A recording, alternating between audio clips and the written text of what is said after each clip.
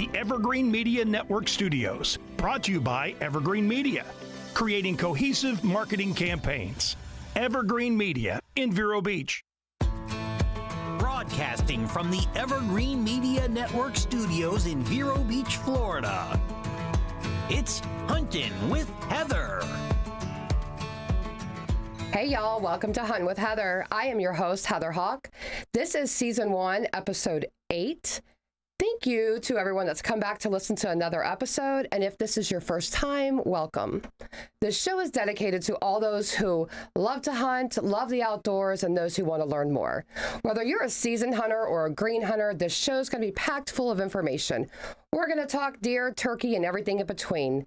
And of course, you can't forget about those stories that keep us coming back for more. So grab a seat, sit back, and let's talk hunting. Before I introduce my guest today, I would like to give a shout out to my sponsor, All Star Plumbing, for all your commercial and residential plumbing services. So today, my guest is a dear friend of mine as well as my family's. I've known him for quite some time, and I have wanted him on the show since the first I started my podcast, and I finally got him on here. And he is a sheriff at the Indian River County Sheriff's Department, and he is the Community Affairs Division. I work with that division there. If you got a problem, give me a call. We'll get it straightened out. Mr. Jeff Luther. Here we go. Thank you so much for coming on.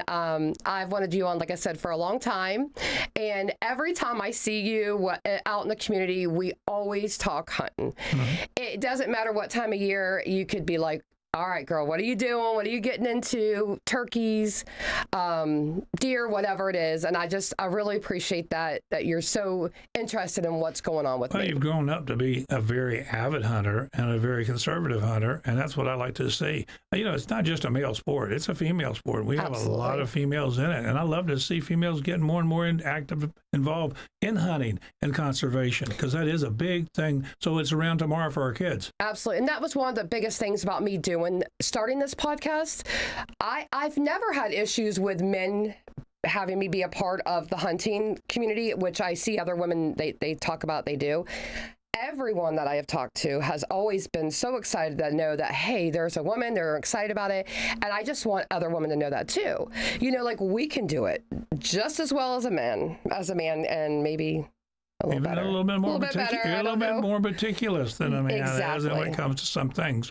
And, you know, women, that you have them, men and women both, that have their certain little idiosyncrasies, and they do certain things certain ways. But the biggest thing is safety. I want to start that off right at the beginning. Absolutely. So before we go into safety, just let me a little bit about you. Like, have you been hunting your whole life, or was it something you got into it later on, or how did you come about hunting? Because I'm always curious to know. I was very blessed to have a father that really enjoyed hunting and enjoyed guns, and he collected them, but he taught us the right way. Around here, the people that knows us, I'm third generation in Indian River County. Okay. They always tease that our baby bottles were the shape of a gun, because my dad always was hunting or having to do something with guns and hunting. And but he did not shoot anything that he didn't eat, or that was some type of a varmint that was doing damage to our crops, because we're in the citrus business. Sure. At the time, he had citrus groves of his own, and you got, different animals do, like hogs and stuff. But hogs we usually shoot and give them to somebody that wants them, or we eat them ourselves. Right.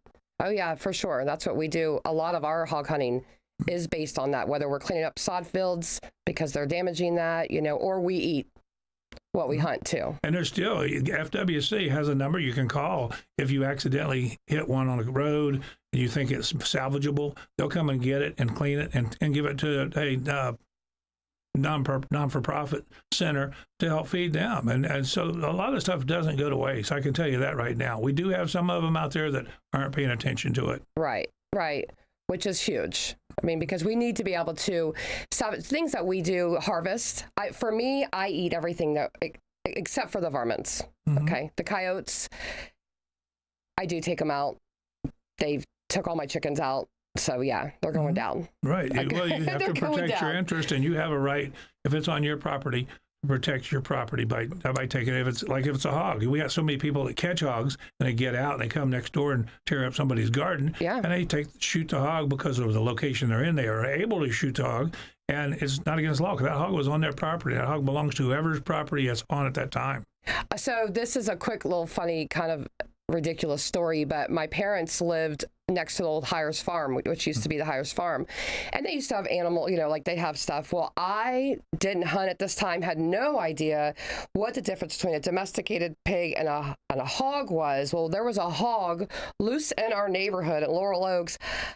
I'm literally trying to get this wild hog to come into the screen. And then I think my brother drove around and was like, that is not a domestic pig. That's a wild hog, but they're everywhere, even still in the cities and stuff. Oh, yeah. We had a real bad problem with them on several developers in the Sebastian area. Up around the airport and stuff. They'd get people to call me, and I'd get them somebody to either trap them or get permission to go up there and shoot them.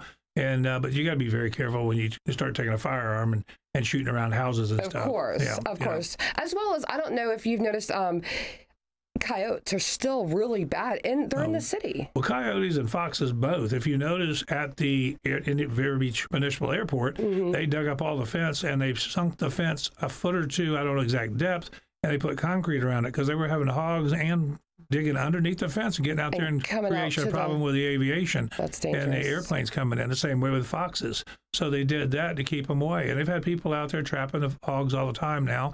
And I think they pretty well got them wrapped up. But they're like rabbits. They multiply very quick. And people let them get out of their property when they catch them from wild, and they get them into domesticated. And then we have problems with them, and they're all over the place. Yeah. So if you have that problem, that's what we have animal control for, or you call the sheriff's office, and we'll send somebody out to try to take care of it for you. Absolutely. And we'll do it the right way instead of you getting hurt. That's the main thing. Right. So, see, it's important. As hunters, or the sheriff's department, whoever it's important to have us around because for that very reason. Well, I'm going to switch off a little bit. Also, alligators. During mating season and stuff, you've seen on the news all over in Florida, alligators getting somebody's dog or getting some people because they're getting so. This is why they have the rule: don't feed the animals, because they get used to you, and the next thing you know, they bite you, and we got a problem. I think, this is my personal opinion, this is just mine, I think they need to open up the gator season a little bit more and not it's regulated obviously because from before. I feel like, man, they're everywhere. They're everywhere now. Mm-hmm. So, and then I want to touch a little bit about conservation, because you and I have talked about this and how important it is for hunters and what we do, because it's not like we're just going out there just shooting things up. Okay. We love the animals. We don't hate the animals. We're not just trying to kill everything that we see. I have more fun taking people hunting than I do myself. The majority of the time, I do carry a rifle with me. A lot of times, it doesn't have anything in the chamber, but it's in the magazine. I like taking pictures of them. I really do. I'd much rather take pictures of them. Or it's something that's really nice to have a young kid, male or female, that kills their first deer or kills their first turkey. Turkey is just something that I didn't like when I was younger. My dad took me, and there's something about spring gobbler season when it starts. My favorite. Yes, the hair will stand up on the back of your head. My favorite. Yeah, and they come running in there, and it's a sport. It's not you just going out and they're tied up or anything like that, whether it be turkey, deer, or anything. It is a sport. It is. And it's not, or it'd be called killing. But at the same time, you got to remember, when you're in the woods, on whosever property you have permission to be on, you're carrying a gun, and you're representing every hunter across the world. Amen to that. And no matter what you do, you got to be very diligent about putting pictures of yourself out there with this, because some people don't believe in it, and that's their God-given right, but it's our God-given right to hunt. But we got to do it very respectful of other people and eat what we shoot. Absolutely. And that was one of my reasons, honestly, for my podcast, was to educate, because I have a lot of people that listen to the podcast that don't hunt, that have no idea about hunting. So they have this misconstrued idea of hunters, of what we do. So I wanted to read something real quick, though. And I thought this was quite interesting. And this is from the U.S. Fish and Wildlife Service. And it says, hunters are among the most ardent conservationists around. Theodore Roosevelt, the founder of the National Wildlife Refuge System and a hunter himself, knew it. And this is a quote, "In a civilized and cultivated country, wild animals only continue to exist at all when preserved by sportsmen," end quote. The 26th president of the United States said years ago, quote, "The excellent people who protest against all hunting and consider sportsmen as enemies of wildlife are ignorant of the fact that in reality, the genuine sportsman is by all odds the most important factor in keeping the larger and more valuable wild creatures from total extermination," end quote. Yes, a very good quote, a very good statement. Right. I mean, that's we are. Yeah. I was reading something in the National Wild Turkey Federation magazine. So for their fiscal year, they put out all the numbers for the total.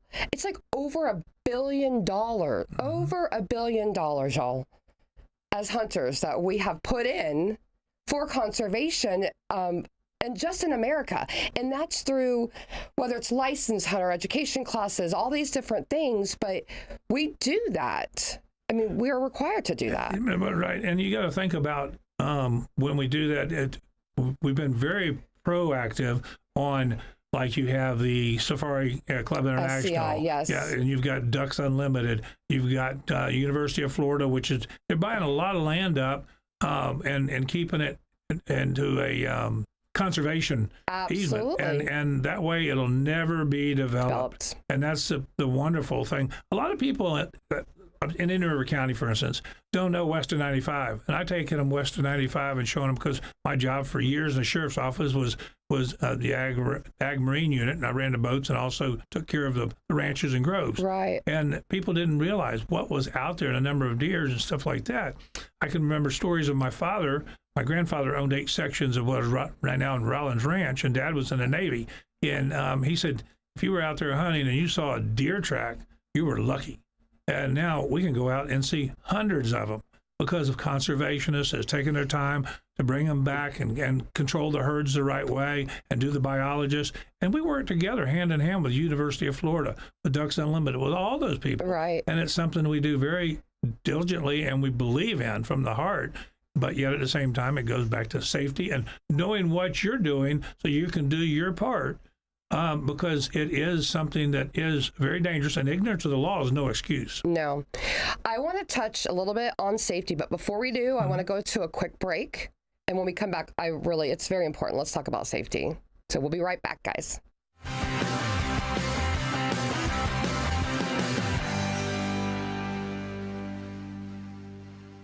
When it comes to service, All Star Plumbing gets all 5 stars. In fact, here's a real 5-star review. After having 2 leaks in our copper pipes, we decided to have our home repiped by All Star Plumbing. All Star did the repiping and also arranged for someone to cut, patch, and repaint the drywall. We are very pleased and highly recommend them. For faucet installation, plumbing leak detection, and pipe repair, in addition to new construction, repiping, remodel, and all other plumbing services, call 772-794-9611. All Star Plumbing. Right now at Sunshine Furniture, it's holiday sale time, so you can save up to 50% on selected groups of indoor and outdoor furniture from Lloyd Flanders, Telescope, Windward, Capri, Seawinds, Universal, and lots more. Sofas, love seats, dining sets, patio groups, occasional chairs, bedroom sets, all on sale just in time to make Santa say ho, ho, ho. Also, all pictures, lamps, and accessories are half off. And don't forget to visit our outlet and sales store just across the street from our main location for lots of great holiday bargains. Sunshine Furniture, 1295 US 1 in the Publix Plaza next to Planet Fitness in Vero Beach. Visit our website at sunshinefurniturecasual.com. Sunshine Furniture brightens up your day. Sunshine Furniture, the best in every way. Ooh, have a sunshine day. Sunshine Furniture. Paris Family Chiropractic understands after a long day in the woods, tracking and hunting, your back might be crying out louder than a call to the wild. Paris Family Chiropractic specializes in back, neck, and shoulder pain relief, carpal tunnel, disc injury treatment, headaches and migraines, sciatica treatment, and so much more. Get back to your prime hunting form. Visit ParisFamilyChiro.com and schedule your appointment today. Paris Family Chiropractic, Vero Beach. Welcome back to Huntin' with Heather. My guest today is Mr. Jeff Luther, and we were just getting ready to touch base before we broke for the break on safety, hunter safety. Being responsible out in the woods, being responsible. So not just with guns, but being responsible in the woods too. Yeah. So I don't know when the hunter education, started, when you had to require to have that. Do you remember? I started teaching it back in the late 70s, early 80s, and with FWC, very good course. And I really believe in it because I've taught thousands of courses with thousands of kids, and they still come back. And also now adults, depending on what stage you go to, like Colorado, if you haven't been through a hunter safety course, I don't care how old you are, you cannot get a license out there without that number. I think most states you have to have a license. I mean, yes. I think, most states you have to have that hunter from your state. Yeah. And then, so I did mine years ago, and it was great. I learned a lot in it. And I took the online class, and then you have to take a day class, and it was, it was great. You learned a lot, and there was quite a few people in it too. Oh yeah, but I'm still teaching the follow up, the field day.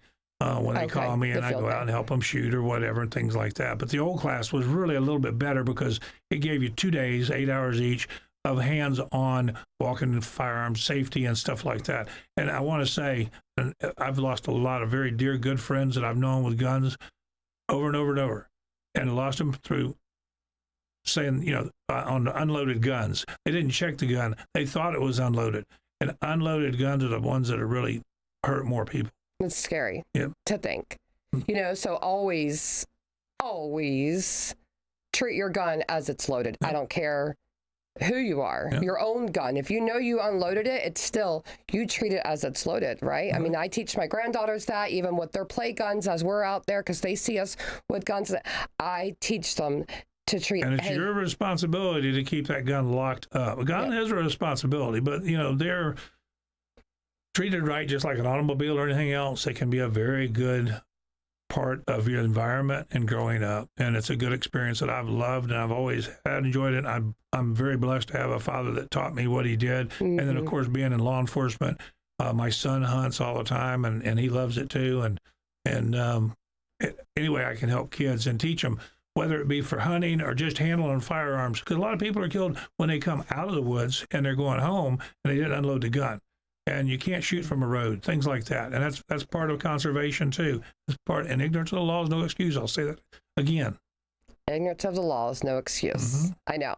I'll say to my husband, hey, so what is, we'll be going to a new management area. And I'm like, what, now he knows what the law is because he reads the brochures. He always reads up on it. I'm like, he's like, well, you need to read the brochure. He wants me to, so he teaches me, you need to read. Exactly. You need to read the rules and regulations there. You need to know the laws there. And I think it's very important. So if you're hunting and you're new to hunting, read them, read the brochure, read the laws, go get your hunter's education. I know you can do a free online class.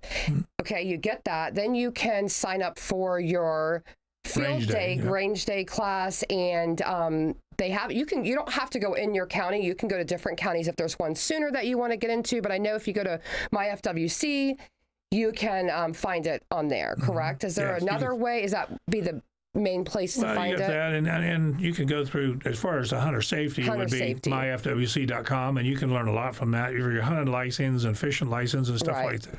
They've got everything on there now, and there's an office out of Palm Beach and Ocala districts, and they are more than happy to help you. Every law enforcement officer is there to help you. They're not to harass you. They're there to help you get through and safely keep you safe. And we have a lot of people that leave trash around. If you see trash, pick it up. Things like that. It goes into more than just hunting. Better than when you walked in, right? Right. I always say that. Leave the woods more, prettier than when you walked in. And if you have permission to hunt on somebody's property, have it in writing.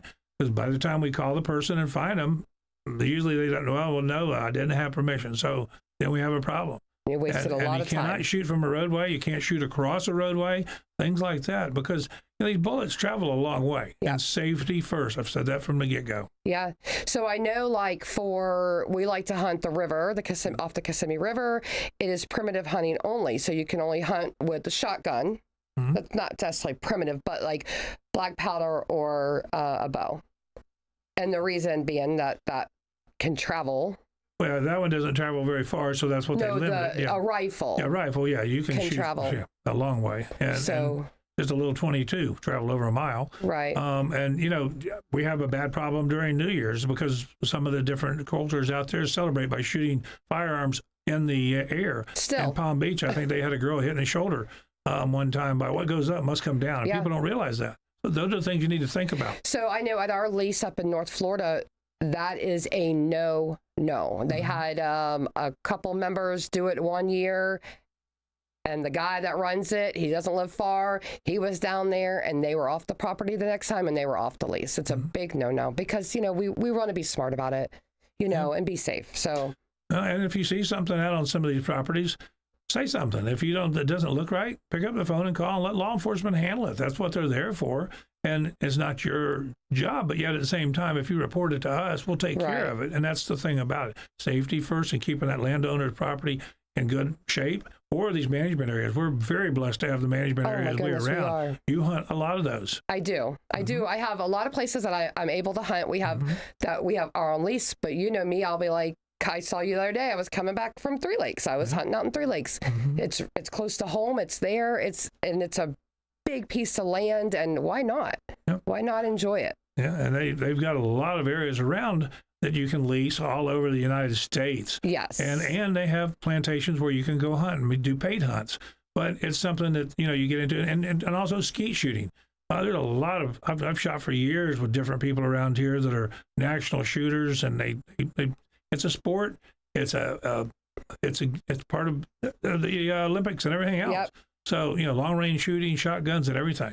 That's one thing I want to do is learn how to skeet shoot. I have not, I've did it for my hunter safety. I had to learn how, I did it for that, but I haven't been out to, so it's something I would love to get into. I'd be more than happy to teach you how. Awesome. Yeah. I will take you up on that offer. That would be great. So let me ask you, what is your favorite game to hunt? If I said, all right, Jeff, we get to pick one game. If you had to go out to hunt, what would that be? I go back to taking people to do whatever type of hunting is in season, whether it be deer, turkey, mule deer up in Colorado or wherever. So I can't say that there's any particular sport. It's taking somebody and putting them in the woods and showing them things that they didn't realize that what we do and how to do it and how much excitement it is. If I said, hey, okay, you got one chance this year to go hunt. Do you want to do turkey or want to do deer? I love them both. I know, right? I know. It's same way so with hard. you. I know. Yeah. But there's something about turkey, though. But I can't take my wife deer hunting because we shot one time and she just started crying. She freaked. Yeah, and that's just the way some people are. It's not but for now everyone. hog hunting, she loves that. She'll go on a heartbeat. But it's, each person has their own thing, and I just enjoy teaching people new things. Mine's all about community interest and teaching the kids that are going to be future hunters or whatever. Yep. And so that they have a good experience and they leave a good experience and have a feeling in their heart looking forward to hunting season. Yeah, and that's why you are who you are. You're such a pillar in our community. You really are. You love people. You love the kids, and I'm all about community. Shows. Yes, it shows for sure. Yeah, and I teach in the USCCA, United States Concealed Carry Association. Of course, now they have that to where you can carry anytime you want to, and so they don't have to go through that course. But still, you buy a gun, if you don't know how to use it, you need to learn how to hold it and use it and carry it. I couldn't agree more. Well, real quick, one tip you could give a hunter, a fellow hunter, or someone new that wants to be out in the woods, what would you say? Treat every gun as if it was loaded and make sure you know what you're shooting at and what's past that, because it could be a cow, a person, or anything. And those are the accidents that happen every year. Good tip, I have to say. Thank you so much for coming on. We've got to wrap up the show, and thank you guys for joining for another show. And it's the holidays. Enjoy your family, y'all, and be good, be well, go do something great. I love y'all.